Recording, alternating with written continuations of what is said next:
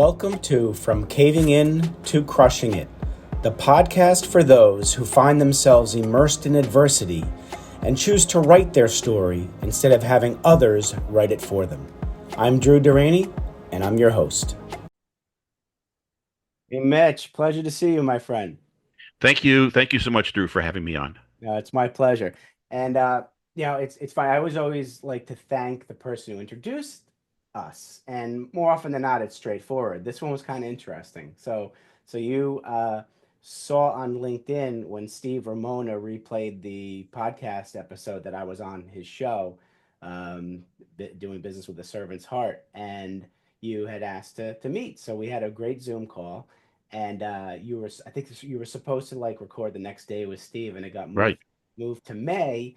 And so now I'm going to laugh at Steve. Steve Ramona, I'm going to give you the credit for introducing me to Mitch Weisburgh, indirectly. So I thank you. And haha, I have mom before you do.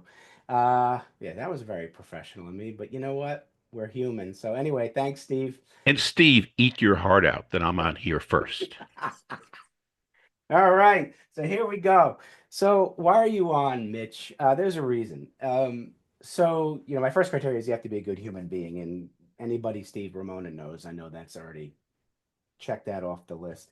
But I often talk how about when we're growing up, we're taught that life is linear. It's a straight line. Our family, our friends, and they don't do it maliciously. They say if you do A plus B plus C in that order, D is going to happen.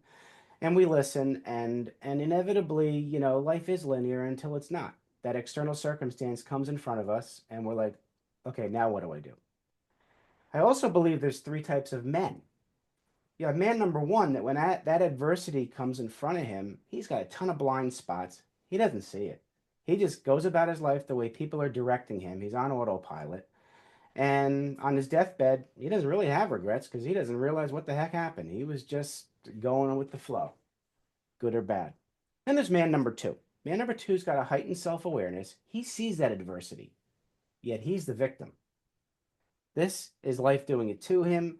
He blames everybody, believes he doesn't control anything and can't change anything, so he changes nothing, goes through his life the way it is, and on his deathbed, he's got a ton of regrets because he realizes he saw this and he could have done something about it and he didn't.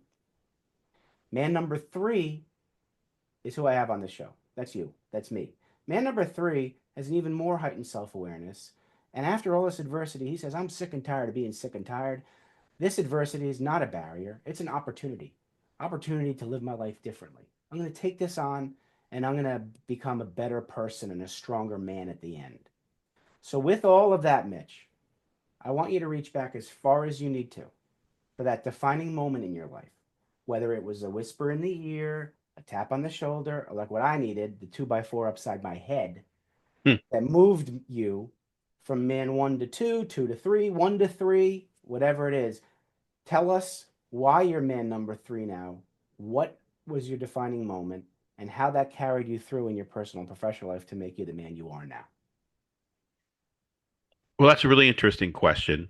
And I was thinking about it, and I'm going to go back to the fact that I was really, really lucky growing up. With my parents, my grandparents. I knew my father's mother and father, and I knew my mother's father, and pretty much every one of them was, first of all, very spiritual. We all believed in a higher power that was connecting all of us, and they were all they all had this internal compass. So it could be that somebody said, you have to do this, or there were rules to do that, but they would always kind of figure out what was the right thing to do, and they would do that. So not necessarily following the rules, but following that higher power. And so I kind of watched that, and I get over time kind of assimilated that it wasn't just that they were violating what people said. It was like they kind of knew what was right. And I think one of the times that I really recognized this was I was 14 and I was a swimmer and all state, pretty good, not the best person and it was Connecticut, so it's a tiny state. So, it's not like it's California, okay? But still, all state and I was training for the national 4 mile. My it was in Connecticut that year, and it was open water, and there's a lot of training that you have to do to be in a 4 mile swim race, and we were doing the training. And about 2 weeks before the event, my parents had planned that we were going to go on vacation for 2 weeks in the Caribbean. And I said to my parents, you know something, I can't go. I have to train for this event. And my dad especially put a lot of pressure on me. He's like, you know, we're the Caribbean is on the ocean. You'll be able to swim. It's not like you can't train for it. You'll just have to do it on your own. And you should go with us. If you insist, we'll arrange for you to stay with somebody else to go to practice. But I have to tell you that I think that you're wrong. And I knew that that was the wrong decision to go with them. Mm. But it was like, you know something? I don't want to let down the family. I'm just going to go. And sure enough, I went. And training and swimming is a lot easier when you have a coach and when you have other people who are telling you what to do than waking up in the morning and going out on your own, and you have nobody timing you, you have nobody telling you how well you're doing or anything, and just going out in the ocean and swimming. And so I kind of half-heartedly did that for the 2 weeks. I came back and I was in the 4 mile race, and there were five of us on our team in the race, and I was really the third best. And a team was basically your top three people, and our team came in second.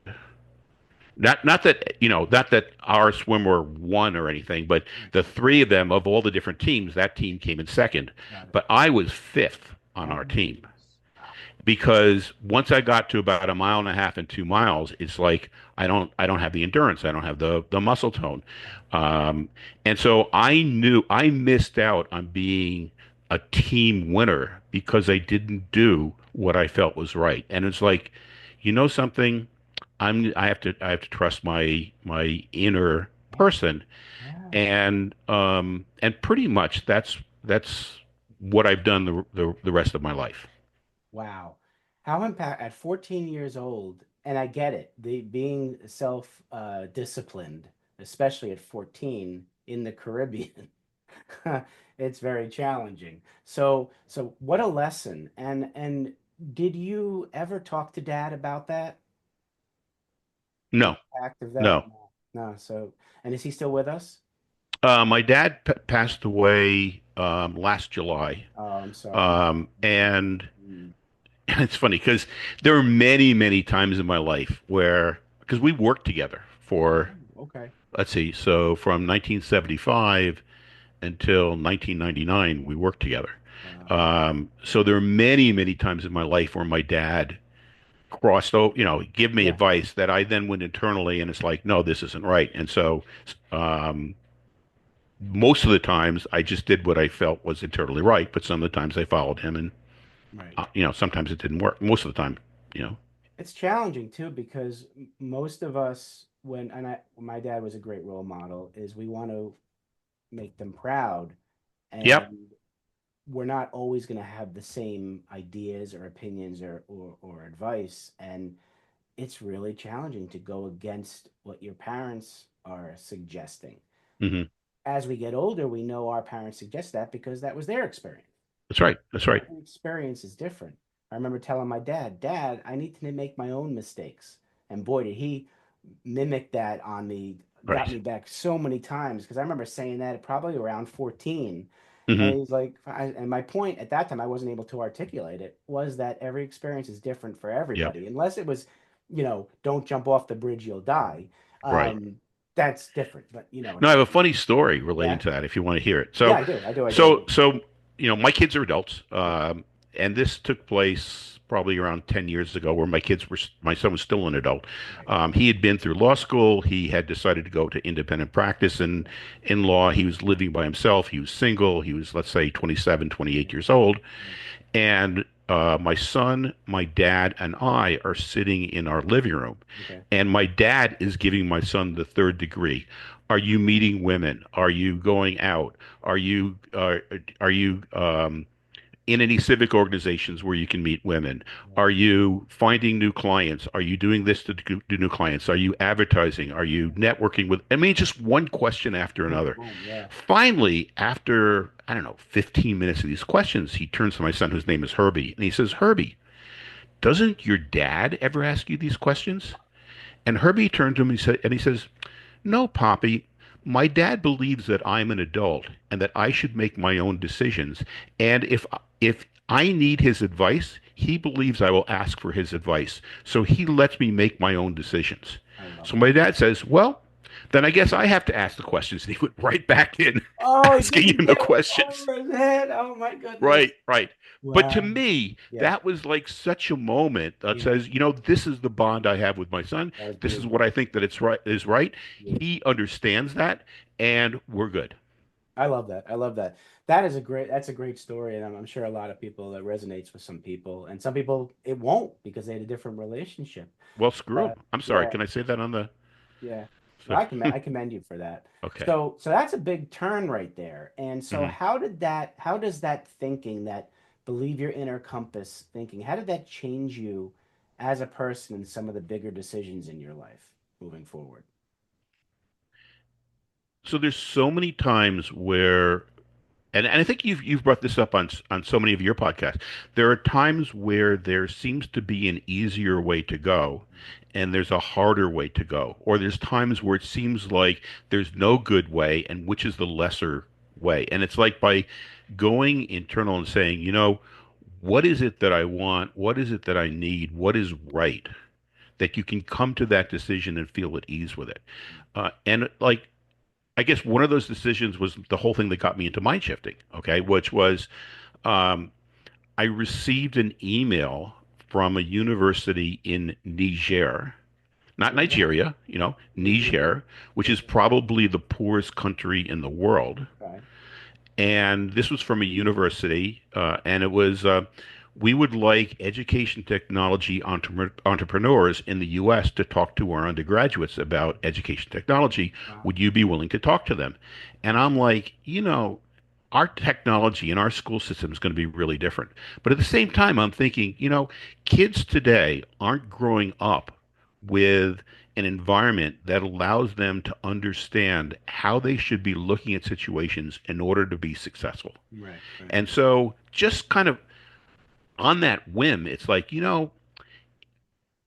I'm certainly willing to talk to people, but the right thing to do is to explain to them why that would be wrong, but Right. offer to teach these kids Mhm. how to make good decisions. Oh, that's So beautiful. I wrote back an email to say, blah blah blah.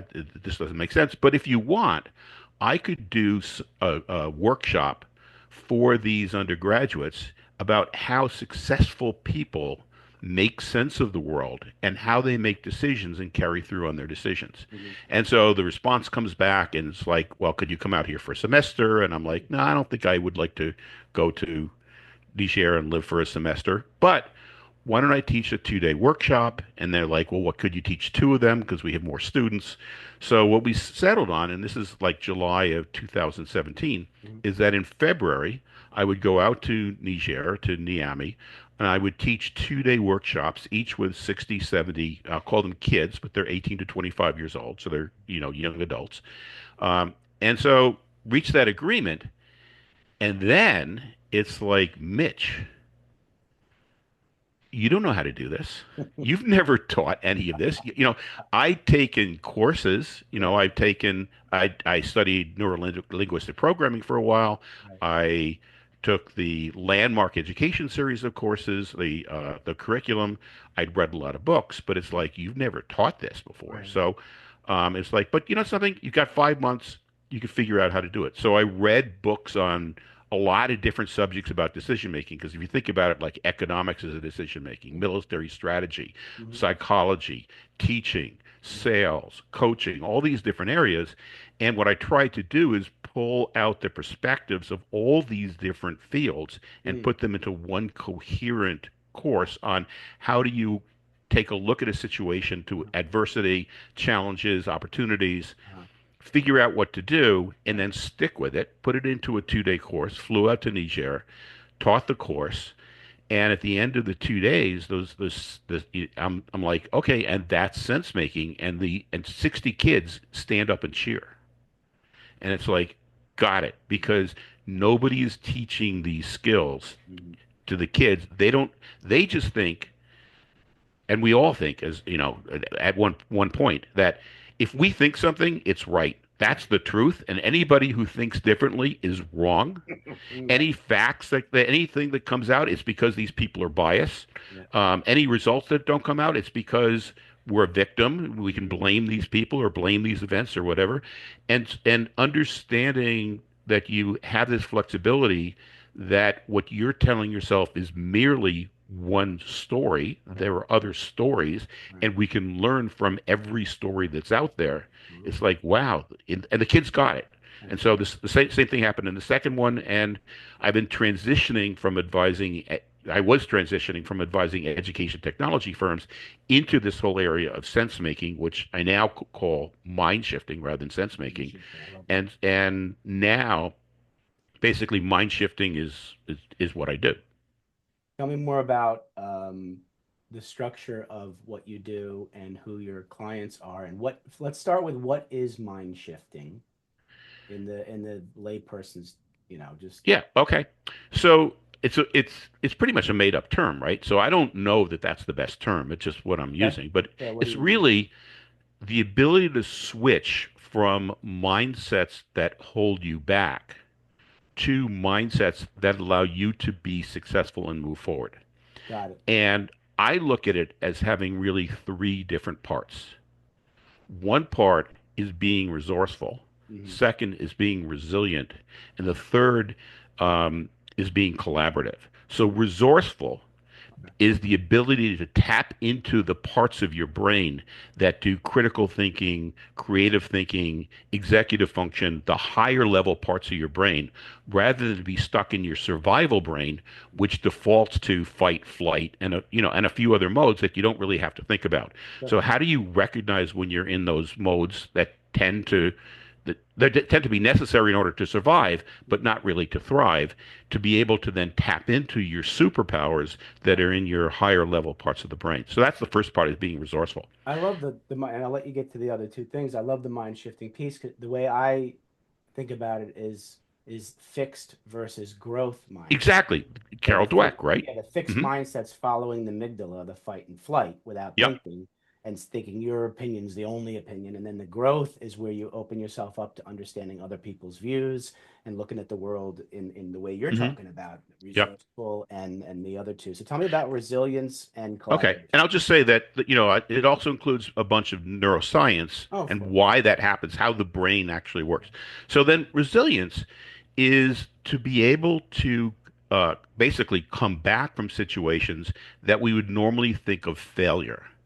Uh, and part of that is in advance learning how to think about situations so that we're looking for information to come back to us as feedback Mhm. so that we can reevaluate and adjust rather than thinking we've got the answer, we're going to do something and it's going to work, and then when it doesn't work, because inevitably if it's a big problem, whatever we do, the first thing isn't going to solve the problem. Right. Right. Okay, so to be able to look at that as information that we can use to adjust so that we can do the next thing and eventually succeed. And Okay. so a lot of that comes from military strategy. A lot of that comes from systems analysis, understanding the difference between simple problems and, say, complex problems and Right. urgent problems, and how people manipulate us to think about them so that we can always be resilient.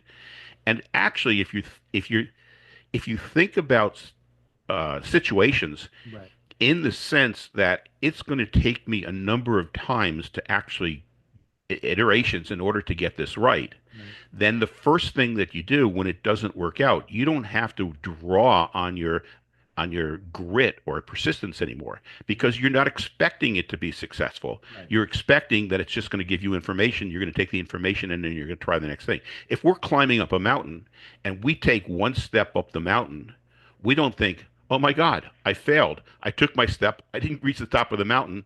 Right.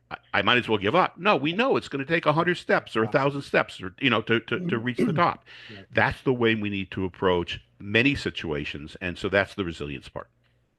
Love it. Love it. So then, We got resourcefulness, the resilience, resilience, and collaboration. collaboration. Tell me about collaboration. I love that term. So the collaboration part of it is that no matter how good our ideas are and no matter how good our plans are, there are going to be people who get in our way, who disagree with us, who try to Mhm. stop us, who try to hurt us, or and people that we just don't like. Mhm. And our standard ways of getting through that tended not to work. Many of them don't work at all. And the ones that we gravitate to, like rewards and punishments, they may work in the very short term, Mhm. but they don't work over the long term. Got it. But over the last 50 or 60 years, there's been a lot of research about what does work. And Right. so it's understanding why the things that we're inclined to do don't work, how to recognize them, how to recognize that other people are doing it to you, how to have flexibility in the way we approach those Yeah. situations Yeah. so that we can then work with people who oppose us, work with people that maybe we don't like, work with people who disagree with us, Hmm. and find ways of working together so that we both accomplish what we can accomplish. I love it. And so I'm going to ask you a question. We'll dive a little deeper in this. Many people in relationships compromise, and there's a Yep, big difference between compromise and collaborate. When we compromise, each person loses something and each yep. person wins something, but you are losing something. With collaboration, you have a common goal, and there's really no loss in that I can find. So tell me about what you believe your distinction between compromise and collaboration is. So I'm going to actually take one more step back, Okay. okay? And there's a instrument now that we're talking, I forget the name of it, but where you take what your style of handling conflict are, and there's really five different methods that they use. You can be aggressive or compete, which is Yeah. like my way or the highway. You Mhm. can be accommodating, which is like whatever you say, that's what I'm going to do. Mhm. You can be avoiding, which is kind of hiding what you're doing from other people. You can be compromising and you can be collaborating. Got Now, it. you can use any of those five styles if Mhm. you're resourceful and resilient. Okay. And there's times to use each one. Mhm. Collaboration can only be done if you're resourceful and you're resilient, Got because it. in collaboration, you have to work with the other persons or the other parties so that you all figure out what your main goals are Right. and then work with them to figure out what can we do so that all of our main goals get met. And in order to do that, that takes a lot of time. Now, there are some times where you don't have the time. So maybe you just said, I'm going to reach a compromise because it doesn't really make that much difference. We have other things that are more important. Right. I'll give you this, you give me that, and let's just move on. Right. But there are also times where you're dealing with another person and that person is very aggressive. Mm. And if that person wants as much as they can possibly get Got it. Yeah. and you try to collaborate, you lose. Okay? So you have to understand, if another person is being aggressive to a certain extent, you can avoid, do what you want and hide it from them, or you can be aggressive back and say, and you don't have to do it in a mean way, but you can be aggressive back and say, you know something, this is what I think is right, and I'm not moving from this, and you can't make me, and Right. I can't make you, so we're in an impasse, and or you're going to bend to me, or whatever it is that you have Yeah. to say. Right. Like Right. if your kids, if you have a bedtime for your kids, Yeah. okay, you can't treat every bedtime as a collaboration. It's like you set the bedtime at, I don't know, 8:30 p.m. and it's like, I understand you're upset. Okay, I would be very upset also. You're doing something that you really love. It's my responsibility to make sure that you're safe, you receive a good night's sleep, and it's your bedtime. And even though you're angry at me, I still love you and I understand you still love me, but it's your bedtime. Love it. Love it. So, what was the other one? You had avoidance, you had aggressive, Accommodate. accommodate. Yeah, and because if someone's aggressive with you and you accommodate, and then you may regret it because you may that's compromising your the Yep. self-respect and And stuff. So, and that's what yeah, sorry, and that's what they want. An aggressive yeah. person expects you to accommodate. They want you to back down. This is fascinating because it is that whole mind shift, whether it's the fixed or growth, but it's all decision making, like you said. We're Mhm. and sometimes it's a split second decision we have to make. So it behooves us to study this, practice this, know what the choices are, because when push comes to shove, when you're forced to make a decision like that, if you're not prepared, you're going to fall back on on old bad habits. Yep, yep. So you got to work at this, right? It just doesn't Right. happen. So my favorite framework for doing that Yeah. is something called OODA loops. Okay. What's Okay. that? OODA loops comes from the military, Okay. from the Air Force, actually. Okay. A person named John Boyd. And OODA, OODA, is observe, orient, decide, and act. Okay. And it kind of mirrors the way our brain works when we're really making good decisions because Okay. we're looking at what's around us. Right. Orient means figuring out what our possibilities are and what the likelihood of success is, what's the results are going to be from each one. Then you pick one or two, one or more of them that you're going to do, and then you act, and then you loop back to observe what happened, so that you can take that information in and orient and then decide and act, and you keep on going. Mhm. There, John Boyd had really two different OODA loops. Okay. Okay, OODA loop one is what I call the slow OODA loop, which is when you have time. Okay. So when you have time, when you're thinking about an interaction that you're going to have with somebody, and you think, well, I could say this to them, or I could say that to them, and you think about what their responses are, and then you may come up with some responses that you think are better. Or when you have time, is you did have the interaction with somebody, Mhm. and maybe it didn't go so well, but that's over, but you're going to have another interaction with them tomorrow. So Right. you're thinking about, geez, what did I do? What did I say? What did they say? What did they do? Okay, so maybe I can try this. Right. That's the slow one. Okay. Good. Yeah, because you have You time. have to, when you come up with the things that you're going to do, you have to practice them so that they become internal to you. So you Right. become fluent in them. Once you're fluent in them, they become part of your toolbox. And so Right. you no longer have to think about them anymore. They're embedded in your limbic mind and your muscle memory. And Mhm. so when the situation comes up and they say and do something, you're like, ah, here's the tool, and you can go right in and Right. use that tool. So you use your slow OODA to come up with things that you might do. Got it. You practice them so that they're internal, so that when you're in the moment, Yeah. and the person who's fastest with their OODA loops Got it. is the person who's going to end up winning. So you can be faster and you can make your points and you can progress. What's the acronym again? OODA, Yeah. OODA loops, What does John Boyd. yeah, what does it stand for again? Observe, orient, decide, act. So the And then, observe piece is your self-awareness. So if you're a clueless person who's got the blind spots, you got to work on your yep. right. So, Well, so so you're right. yeah, The you're the way he would have phrased it is yeah, that um, your self-awareness is part of your orient. okay, And so but whatever your beliefs and values are, they also determine, they move back the other way in the loop okay, to determine what you see.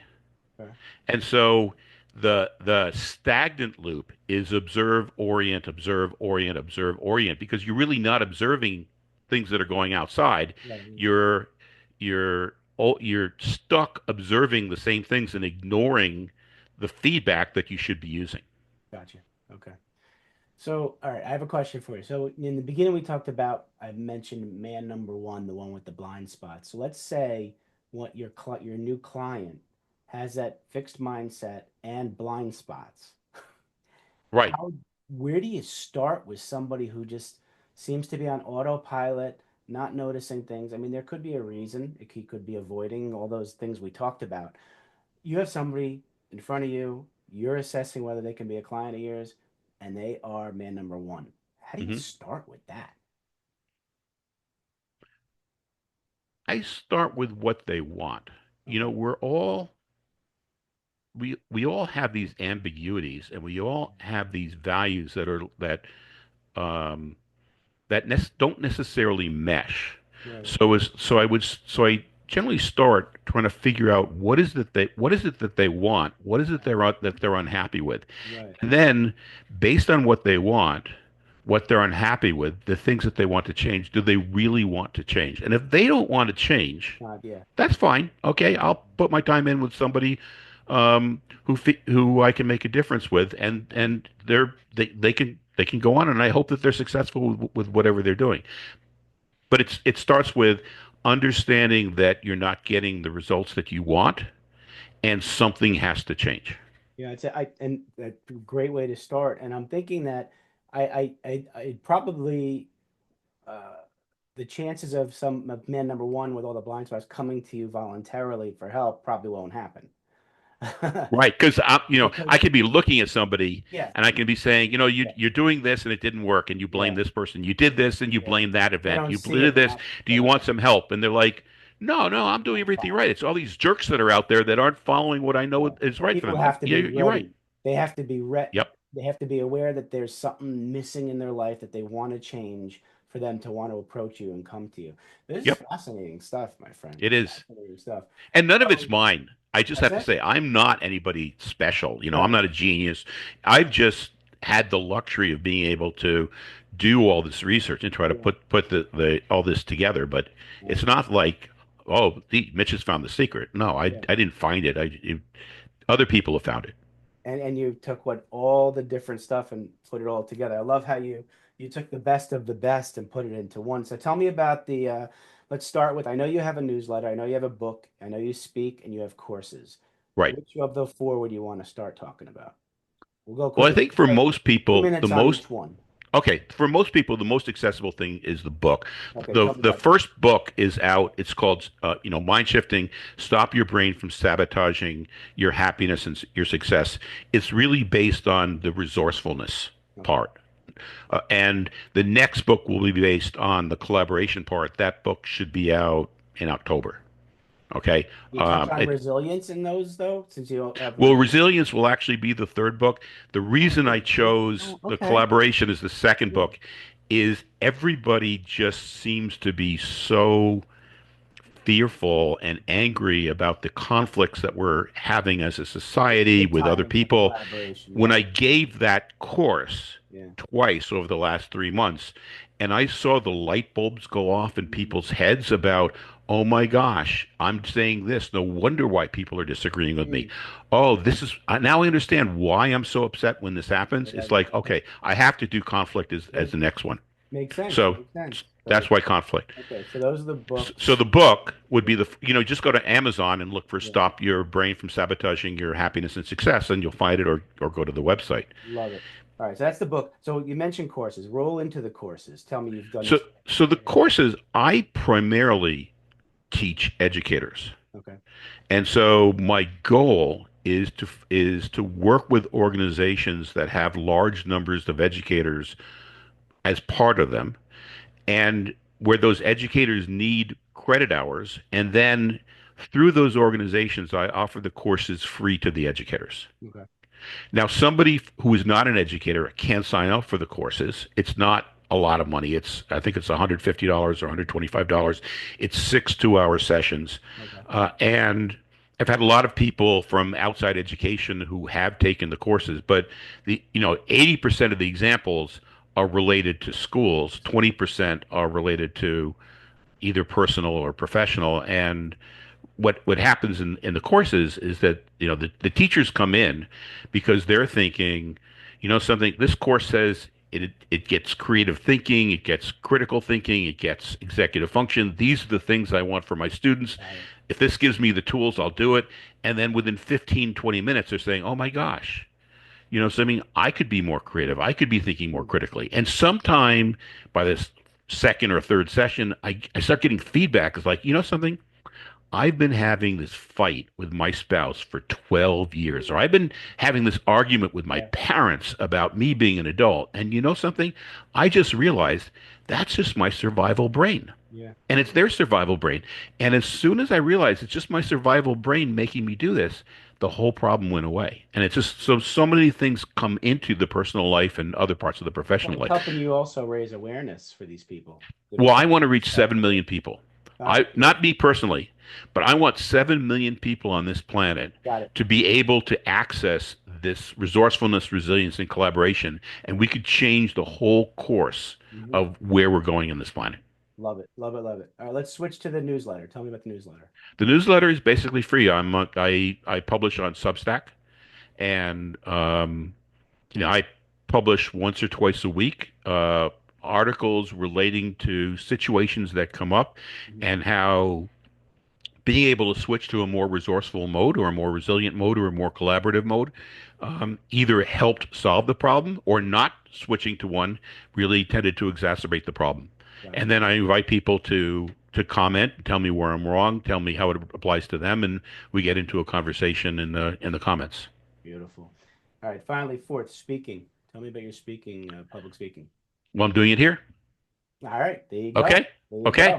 go. Yeah, I'm very happy to speak on podcasts in front of organizations Beautiful. because my goal is to enroll other people to want to do this for themselves Absolutely. and to also um, it transfer these skills to as many people as possible because it's just that's my mission now.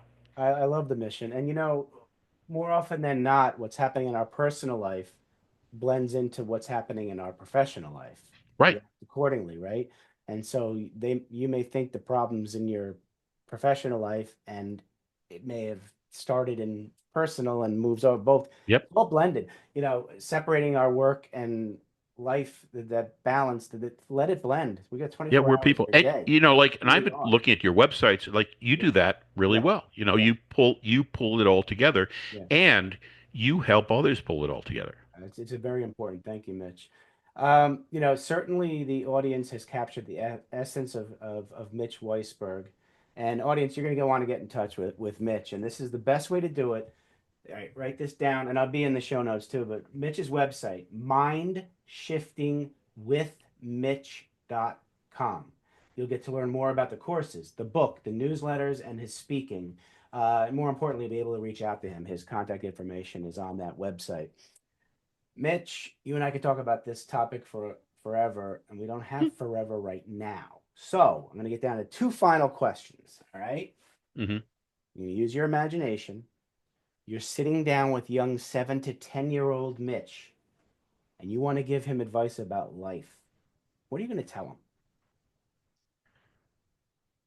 I'm going to tell him that you really know what's right and what's wrong. And you have it within yourself to choose what direction to go to. So trust yourself. And at the same time, you need to know that you never do anything completely on your own. Mhm. And so it's really important to connect with other people and to understand where they're coming from and make a connection so that you can learn from them, they can learn from you, and you can move forward.